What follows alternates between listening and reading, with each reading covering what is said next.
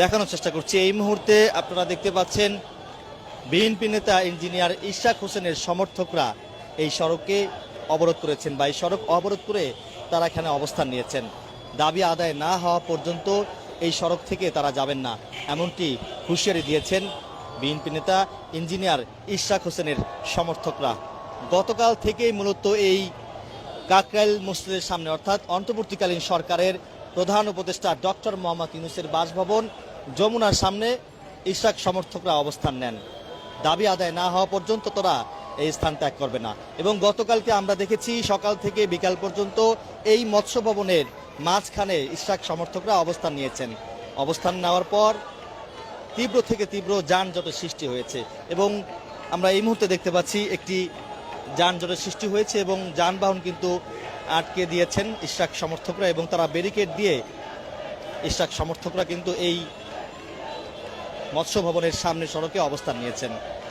9 দিন ধরে কিন্তু এই আন্দোলন তারা করছেন। প্রথম অবস্থায় আমরা দেখেছি ঢাকা দক্ষিণ সিটি কর্পোরেশন নগর ভবনের সামনে বিএনপি নেতা ইঞ্জিনিয়ার ইশরাক হোসেনের সমর্থকরা আন্দোলন করে আসছেন। যে কোনোভাবে হোক নগর পিতা হিসাবে বিএনপি নেতা ইশরাককে তারা দেখতে চান। শপথ নিয়ে টালবাহানা চলবে না উপদেষ্টা আসিফ মাহমুদ সজীব ভুঁইয়ার পদত্যাগের দাবি পর্যন্ত করছেন ইশরাক সমর্থকরা।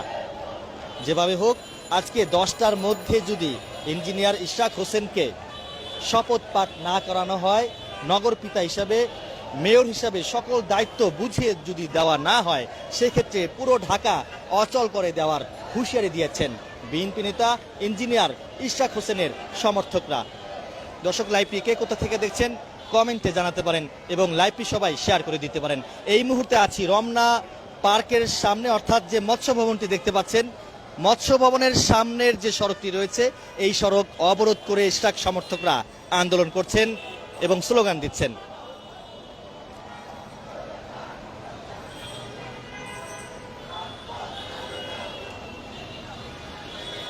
এই পাশের সড়কে আমরা দেখতে পাচ্ছি ব্যারিকেড দিয়ে কিন্তু তারা অবস্থান নিয়েছেন এবং সড়কে যে যানবাহন এটি কিন্তু তীব্র থেকে তীব্র একটি যানজটের সৃষ্টি হয়েছে।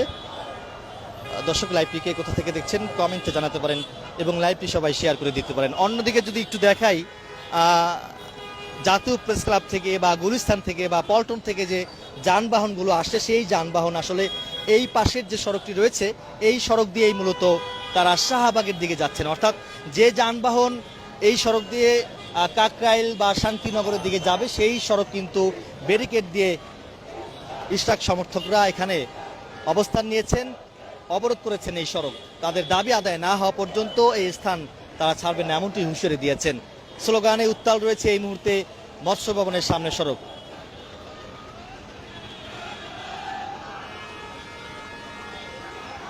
আমরা দেখতে পাচ্ছি কাকরাইল থেকে শুরু করে মৎস্য ভবন পর্যন্ত যে সড়কটি রয়েছে এই সড়কে তীব্র থেকে তীব্র যানজটের সৃষ্টি হয়েছে এবং এই সড়কে কিন্তু এই সড়ক অবরোধ করে ইশরাক সমর্থকরা কিন্তু আন্দোলন করছেন। এর আগে আমরা দেখেছি নগর ভবন ঢাকা দক্ষিণ সিটি কর্পোরেশনের সামনে যে সড়ক দুটি রয়েছে সেই সড়ক আটকে দিয়ে তারা আন্দোলন করেছেন। তারপরে দেখেছি গুলিস্তান যে গোলাপশাহ মাজার রয়েছে সেই গোলাপশাহ মাজারের সামনেও সেই সড়ক অবরোধ করে তারা আন্দোলন করেছেন এবং সর্বশেষ গতকাল থেকে কিন্তু এই মৎস্য ভবনের সামনে ইশরাক সমর্থকরা আন্দোলন করছেন। অন্যদিকে অন্তর্বর্তীকালীন সরকার প্রধান উপদেষ্টা ডক্টর মোহাম্মদ ইউনূসের বাসভবনের সামনে তারা অবস্থান নিয়েছেন।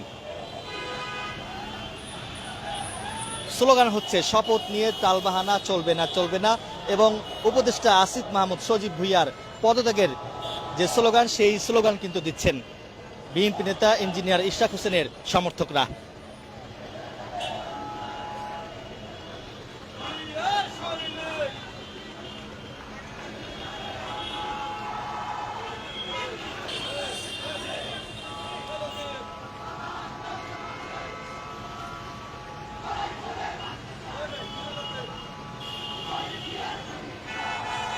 এখানে আমরা দেখতে পাচ্ছি যুব দলের নেতাকর্মীরা কিন্তু এখানে স্লোগান ধরেছেন। ঢাকা মহানগর দক্ষিণ যুব দলের নেতৃবৃন্দরা কিন্তু এখানে রয়েছেন। এবং ইশরাক হোসেনের যে সমর্থকদের যে আন্দোলন, সেই আন্দোলনে কিন্তু তারা অংশগ্রহণ করেছেন। থেকে দেখছেন কমেন্টে জানাতে পারেন এবং লাইভটি সবাই শেয়ার করে দিতে পারেন। ইঞ্জিনিয়ার ইশরাক হোসেনের সমর্থকরা সড়ক অবরোধ করে যে আন্দোলন করছেন, এটি আসলে আপনারা কিভাবে দেখছেন কমেন্টে জানাতে পারেন, লাইভটি সবাই শেয়ার করে দিতে পারেন।